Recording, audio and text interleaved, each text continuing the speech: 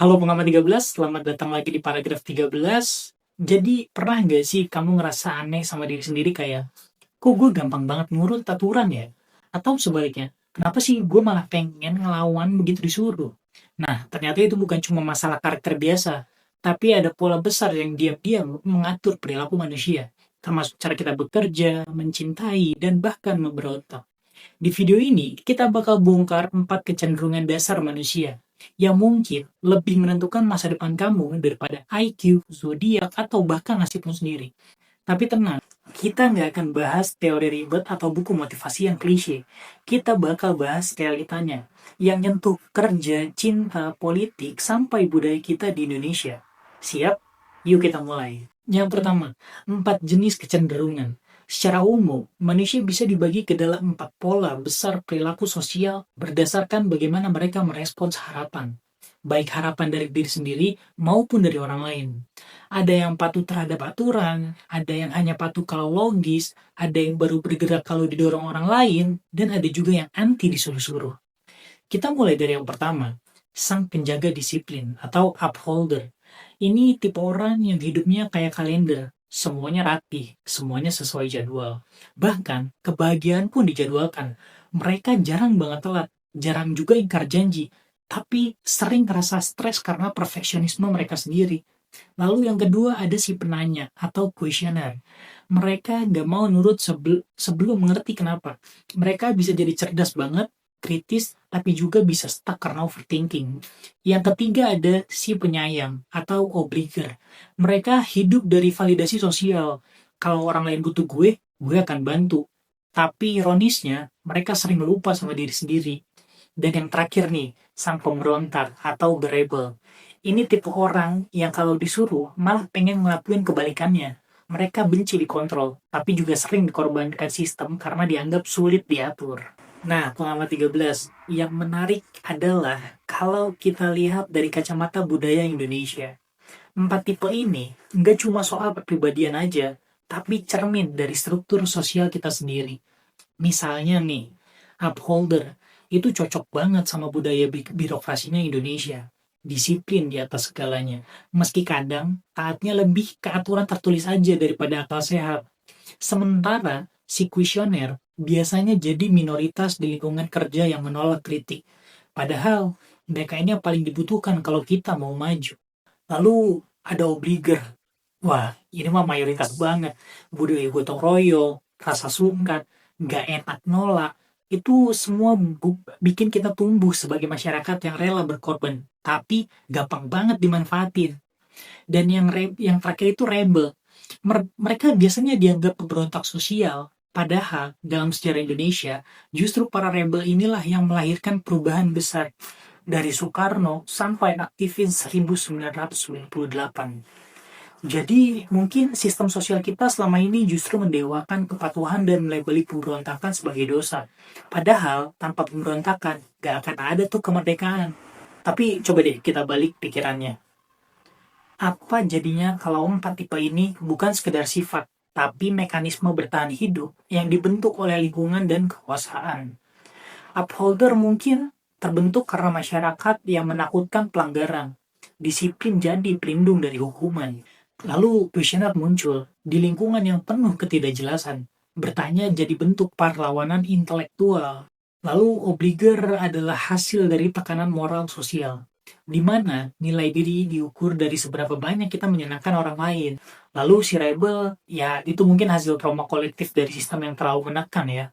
Mereka melawan karena tak ada ruang untuk bicara. Jadi, kalau kita melihat ada orang yang malas nurut atau terlalu tunduk, mungkin itu bukan salah dia, tapi cerminan sistem yang mencetak perilaku itu. Ya, dan disinilah letak paradoksnya. Masyarakat yang menuntut kepatuhan tanpa ruang untuk bertanya, lama-lama akan kehilangan orang yang cerdas. Tapi, masyarakat yang hanya memberontak tanpa arah akan kehilangan kestabilan. Dua-duanya berbahaya, dan dua-duanya ada di kita. So, pengamat 13, sekarang kita masuk ke halaman yang paling penting. Konflik batin dan pertarungan di dalam diri. Pengamat 13, sekarang kita masuk ke hal yang paling manusiawi. Konflik batin. Karena 4 kecenderungan tadi bukan cuma soal perilaku, tapi juga soal kontradiksi internal yang kadang kita sendiri nggak sadar. Contohnya nih, upholder sering terlihat paling sempurna, tapi mereka hidup dalam ketakutan. Takut gagal, takut dianggap salah, takut melanggar standar yang mereka ciptakan sendiri. Mereka kelihatan kuat, padahal seringkali hatinya yang paling rapuh, karena mereka menggantungkan harga diri pada ketaatan. Lalu ada si kuesioner yang paling tampak rasional, tapi mereka sering terjebak dalam lingkaran logika. Apakah ini benar? Apakah ini efisien? Apakah ini layak? Sampai akhirnya mereka nggak bisa bergerak sama sekali. Mereka haus makna, tapi haus itu kadang jadi kutukan karena dunia nggak selalu memberi jawaban rasional. Obliger, mereka hidup dari apresiasi, tapi saat nggak ada yang berterima kasih, mereka mulai kerasa nggak ada artinya. Mereka cinta orang lain, tapi lupa mencintai diri sendiri. Dan rebel, ini yang paling menarik. Mereka pengen bebas, tapi kebebasan itu sering membuat mereka kehilangan arah. Kalau semua aturan dianggap belenggu, akhirnya nggak ada lagi kompas moral yang mereka percaya.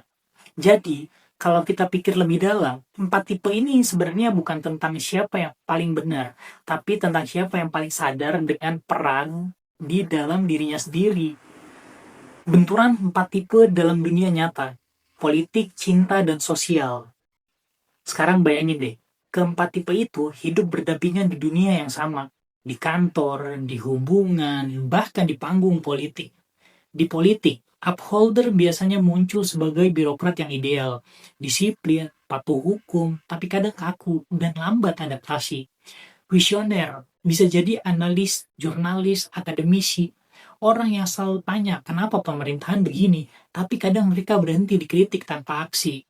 Lalu si obliger, mereka jadi mayoritas rakyat, patuh, sopan, loyal, tapi mudah diarahkan. Terutama oleh figur yang mereka kagumi. Mereka yang paling gampang dijadikan alat kekuasaan. Karena nuraninya itu murni, tapi nggak punya filter. Dan si rebel, mereka muncul dalam bentuk aktivis, influencer, seniman, ataupun pembangkang. Kadang dianggap ancaman, padahal seringkali mereka cuma pengen didengar aja. Jadi kalau kita lihat politik di Indonesia hari ini, penuh orang taat, sedikit yang bertanya, banyak yang nurut, dan segelintir yang melawan. Itu bukan kebetulan. Itu pola sosial yang terbentuk dari gabungan keempat kecenderungan yang tadi. Tapi benturan mereka bukan cuma di politik, dalam cinta pun sama. Upholder nih, kalau ketemu obliger, bisa tampak sangat romantis. Tapi, di baliknya, ada ketimpangan. Yang satu menuntut kesempurnaan, yang satunya selalu mengalah. Lalu jika kuesioner ditambah rebel, wah itu seperti debat yang gak pernah selesai, saling kagum tapi juga saling capek. Lalu di dunia modern ini memaksa 4 tipe ini hidup dalam sistem yang menuntut keseragaman. Padahal kodrat mereka adalah berbeda. Disinilah paradoks besar yang pengamat 13. Kita hidup di zaman yang katanya bebas, tapi justru makin sulit jadi diri sendiri. Tapi ada satu hal nih yang jarang disadari oleh orang Indonesia. 4 kecenderungan ini sebenarnya bisa dibaca sebagai cermin sosial bangsa kita sendiri. Pemerintah sering berperan sebagai upholder, pecinta aturan, tapi kadang lupa aturan dibuat untuk manusia, bukan sebaliknya. Rakyat kebanyakan berperan sebagai obliger, baik, sopan, tapi mudah dimanipulasi oleh rasa nggak enak. Lalu ada kaum intelektual dan akademisi berperan sebagai kuesioner, tapi sering diredam karena dianggap terlalu kritis lah. Dan kaum muda yang jadi rebel sering dilabeli kurang ajar, padahal mereka cuma haus kejujuran aja sih. Jadi 4 tipe ini bukan cuma karakter individu, itu DNA sosial kita. Lalu apa artinya? Artinya, bangsa ini nggak akan seimbang kalau hanya diisi oleh satu tipe manusia saja. Kalau semuanya patuh, kita stagnan. Kalau semuanya memberontak, ya udah kita chaos. Kalau semuanya mikir logis, kita kehilangan rasa. Kalau semuanya nurut orang lain, kita bakalan kehilangan jati diri kita. Dan mungkin kedewasaan bangsa itu bukan tentang jadi satu tipe yang ideal, tapi belajar kapan harus jadi diri masing-masing. Kadang kita harus jadi upholder demi menjaga ketertiban. Kadang kita harus jadi kuesioner supaya gak mudah ditipu. Kadang kita harus jadi obliger supaya dunia gak terlalu keras. Tapi juga kadang kita harus jadi rebel supaya hidup tetap punya arah yang baru.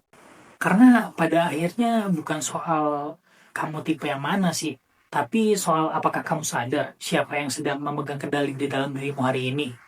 Jadi pengamat 13, pertanyaan sekarang tuh bukan aku tuh tipe yang mana ya, tapi siapa yang sedang aku biarkan menentukan hidupku. Sampai jumpa di video berikutnya. Jangan lupa berpikir bukan untuk membantah, tapi untuk menemukan dirimu sendiri. Saya tutup dengan satu kalimat. Yang paling berbahaya itu bukan manusia yang tanpa arah, tapi manusia yang mengikuti arah yang bukan miliknya sendiri. Terima kasih telah nonton video dari paragraf 13. Jangan lupa like, comment, dan subscribe. Terima kasih.